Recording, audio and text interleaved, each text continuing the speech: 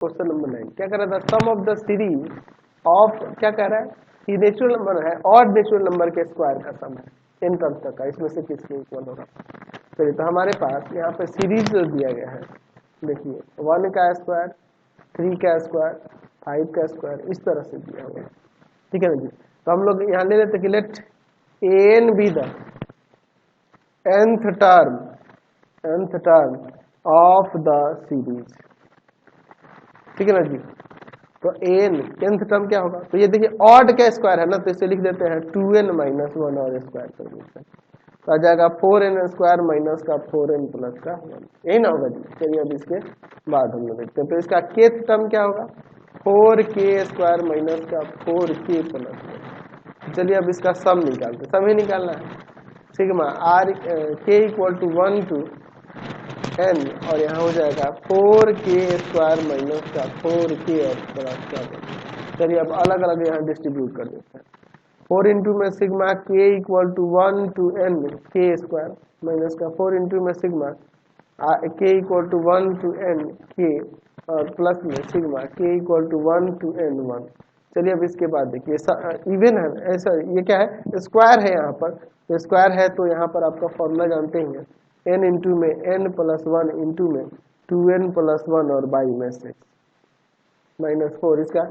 Natural number के n terms का सम n into n plus 1 और बाई में 2 और प्लस का यहाँ n हो जाएगा, ठीक है ना जी, कोई दिक्कत नहीं है इसमें। चलिए अब इसके बाद हम लोग यहाँ पर देखते हैं क्या होता है। यहाँ से देखो ना, आप इसे काट दो, यहाँ 2 और यहाँ पर 3, इसको भी काट दो 2 टाइम्स में। चलिए एक काम करते हैं, हम लोग इन सब का एलसीएम ले लेते हैं, 3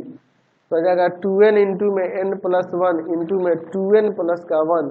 और माइनस का 6n इंटू में n प्लस 1 और प्लस का 3n। अब इसके बाद देखिए क्या हो जाएगा, 2n इंटू में n प्लस 1 इंटू में 2n प्लस का 1, अच्छा और माइनस का यहाँ पर है, इसको मल्टीप्लाई कर ले, क्या माइनस का है 6n और इंटू में n प्लस 1, तो यहाँ पर 6n स्क्वायर हो जाएगा और माइनस का 6n प्लस का 3 और बाई में आपका 3। अब इसके बाद देखिए हम लोग क्या करते हैं, 2n इंटू में n प्लस 1 इंटू में 2n प्लस का 1, यहाँ पर हो जाएगा माइनस 6n स्क्वायर माइनस का 3n और बाई में 3, 2n इंटू में n प्लस 1 इंटू में 2n प्लस का 1, यहाँ पे माइनस का 3n कॉमन करेंगे, यहाँ पे बच जाएगा आपका 2n और प्लस का 1 और बाई में आपका 2। तो अब एक काम करो ना, ऊपर से हम लोग कॉमन कर लेते हैं किसको, n इंटू में 2n प्लस का 1, तो n इंटू में जब 2n प्लस 1 कॉमन होगा और ऑलरेडी यहाँ पे 2 है, ठीक है ना जी, तो सॉरी अंदर ही ना है जी,